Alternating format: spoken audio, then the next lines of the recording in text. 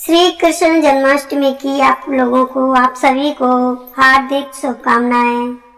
जन्माष्टमी व्रत कथा। भाद्रपद मास के कृष्ण पक्ष की जन्माष्टमी तिथि के दिन कृष्ण जन्माष्टमी पर्व हर्षोल्लास के साथ मनाया जाता है। इस दिन भगवान श्री कृष्ण का जन्म हुआ था। भगवान श्री कृष्ण का जन्म मथुरा के कारागार वासुदेव की पत्नी देवकी की गर्भ से हुआ था। जन्माष्टमी कथा। द्वापर युग में भाद्रपद कृष्ण अष्टमी तिथि की आधी रात को मथुरा के कारागार में वसुदेव की पत्नी के गर्भ से भगवान श्री कृष्ण ने जन्म लिया था। श्री कृष्ण ने बुधवार को रोहिणी नक्षत्र में जन्म लिया था। अष्टमी तिथि को रात्रि काल अवतार लेने का मुख्य कारण उनकी चंद्रवंशी होना बताया जाता है। श्री कृष्ण चंद्रवंशी चंद्रदेव उनके पूर्वज और बुध चंद्रमा के पुत्र हैं। इसी कारण चंद्रवंश में पुत्रवत जन्म लेने के लिए कृष्ण ने बुधवार का दिन चुना। भगवान श्री कृष्ण ने माता देवकी के 8वें संतान के रूप में जन्म लिया था। कृष्ण जी का जन्म मथुरा के मामा के कंस के कारागार में हुआ था। माता देवकी राजा कंस की बहन थी, इसलिए भाद्रपद कृष्ण अष्टमी तिथि को भगवान श्री कृष्ण का जन्म उत्सव मनाया जाता है। सत्ता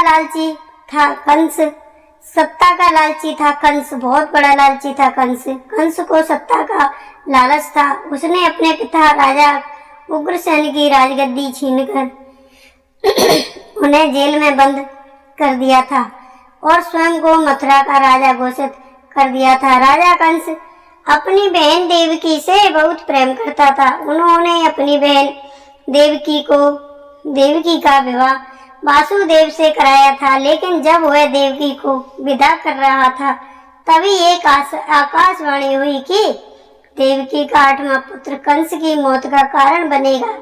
यह सुनकर कंस डर गया और उसने तुरंत अपनी बहन को और उनके पति वसुदेव को जेल में बंद कर दिया। तभी उनने उन पर तलवार निकाली और देवकी को मारना चाहा। उसी समय देवकी के पति वसुदेव ने कंस को रोका और कहा कि नहीं, हमें मारो मत। वसुदेव को जेल में बंद कर दिया और उनके आसपास सैनिकों की कड़ी पहरेदारी लगा दी। कंस ने जो वादा किया था कि मेरे जितने भी पुत्र होंगे, संतान होंगी, मैं आपको सौंप दूंगा। कंस अपनी मौत के डर से देवकी के वसुदेव की 7 संतानों को मार चुका था। भाद्रपद मास कृष्ण पक्ष की अष्टमी तिथि को रोहिणी नक्षत्र दिन बुधवार की अंधेरी रात में भगवान श्री कृष्ण ने देवकी के 8वें संतान के रूप में जन्म लिया। श्री कृष्ण ने जन्म लेते ही कोठरी प्रकाशमय हो गई। तब तक आकाशवाणी हुई कि विष्णु जी ने कृष्ण जी के अवतार में देवकी के कोख से जन्म लिया है। उन्हें गोकुल में बाबा नंद के पास छोड़ आए हैं और उनके घर एक कन्या जन्मी है। उसे मथुरा लाकर कंस को सौंप दें। भगवान विष्णु के आदेश के वासुदेव की भगवान कृष्ण को सूप में अपने सिर पर रखकर नद जी के किनारे की ओर चल दिए। भगवान विष्णु की माया से भी पहरेदार सो गए और कारागार के दरवाजे खुल गए। आकाशवाणी सुनते ही वासुदेव के हाथों की हथकड़ी खुल गई। वासुदेव की सूप में बाल गोपाल को रखकर सिर पर रखकर और गोकुल की ओर चल पड़े। वासुदेव भगवान श्री कृष्ण को लेकर नंद जी के यहाँ सकुशल पहुंच गए और वहां से उनकी नवजात कन्या को लेकर वापस आ गए। जब कंस को देवकी की 8वीं संतान के जन्म की सूचना मिली तो वह तत्काल कारागार में आया और उस कन्या को छीनकर पृथ्वी पर पटकना चाहा, लेकिन वह कन्या उसके हाथ से निकलकर आसमान में चली गई। फिर कन्या ने कहा, हे मूर्ख कंस, तुझे मारने वाला जन्म ले चुका है और वह वृंदावन पहुंच गया है। वह कन्या कोई और नहीं, स्वयं योग माया थी। श्री कृष्ण ने राजा उग्रसेन को फिर सौंप दी है मथुरा की राजगद्दी। बाबा नंद और उनकी पत्नी माँ यशोदा ने श्री कृष्ण का पालन पोषण किया। राजा कंस ने कृष्ण जी का पता लगाकर उन्हें मारने की कोशिश की, लेकिन कंस की सारी कोशिशें विफल हुई और श्री कृष्ण को कोई मार नहीं सका। कृष्ण जी को कोई मार नहीं सका। अंत में कृष्ण ने कंस का वध किया। राजा उग्रसेन को फिर मथुरा की राजगद्दी सौंप दी गई। इस तरह से जन्माष्टमी का व्रत पूरी हुई कथा।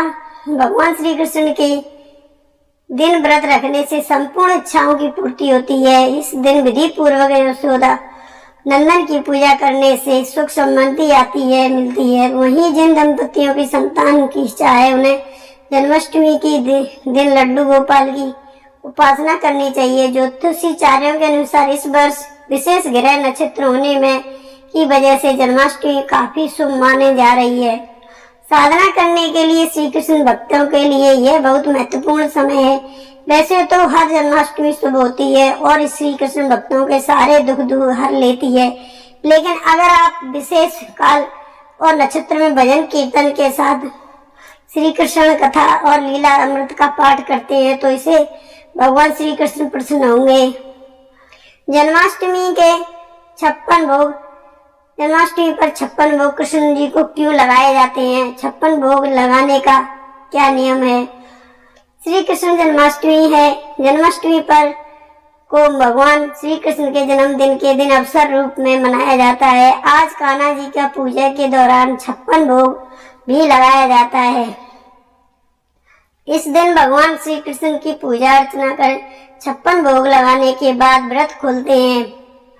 भगवान श्री कृष्ण को 56 भोग लगाने के पीछे कई पौराणिक कथाएं हैं। भगवान श्री कृष्ण को 56 भोग लगाने के पीछे कई पौराणिक कथाओं में प्रचलित ये कथा भी है कि पहली कथा के अनुसार जन्माष्टमी के दिन भगवान कृष्ण को 56 भोग लगाया जाता है। लेकिन 56 भोग क्यों लगाया जाता है, इसके बारे में कम ही लोग जानते होंगे।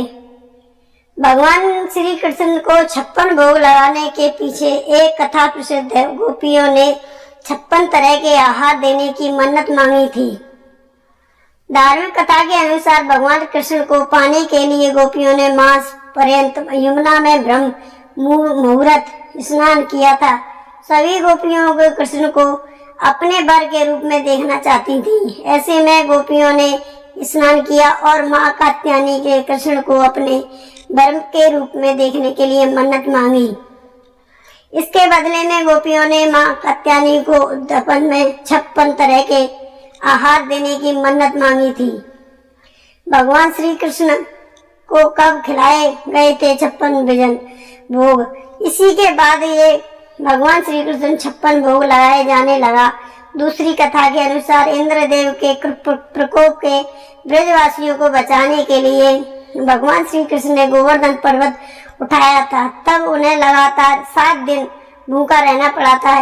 इसके बाद उन्हें 7 दिनों बाद 8 पैर के हिसाब से 56 भोग खिलाए थे। भगवान कृष्ण को 56 भोग लगाने की परंपरा माना जाता है। इस घटना के बाद से ही श्री कृष्ण को 56 भोग लगाने की परंपरा शुरू हुई। जन्माष्टमी के दिन आप भी भगवान कृष्ण को 56 भोग लगा सकते हैं। 56 भोग लगाने में भगवान कृष्ण प्रसन्न होते हैं और इससे आपकी हर मनोकामना पूर्ण होती है। 56 भोग तरह आहार: भात, दाल, चटनी, कढ़ी, दही, साग की कढ़ी, शिखरण, शरबत, बाटी, मुरब्बा, शक्कर युक्त बड़ा, मठेरी, फेनी, पूरी, खजला, घेवर, मालपुआ, दोनों, अचार, मोठ, खीर, दही, गाय का घी, मक्खन, चोला, जलेबी, रसगुल्ला, बर्फी, लड्डू, मेवा, पंचभोग, ये सारी आदि चीजें आप अपने घर में ही रहकर ठाकुर जी को लगा सकती हैं। ये सब चीजें लगाने से कहते हैं ठाकुर जी, ये 56 तरह का भोग लगाने से हमारा व्रत पूर्ण होता है और हमें मनचाही वर मिलता है और हमारे घर में हमेशा धन वृद्धि बनी रहती है, लक्ष्मी प्राप्ति होती है। कृष्ण भगवान का हमें आशीर्वाद मिलता है। यशोदी मैया की जय।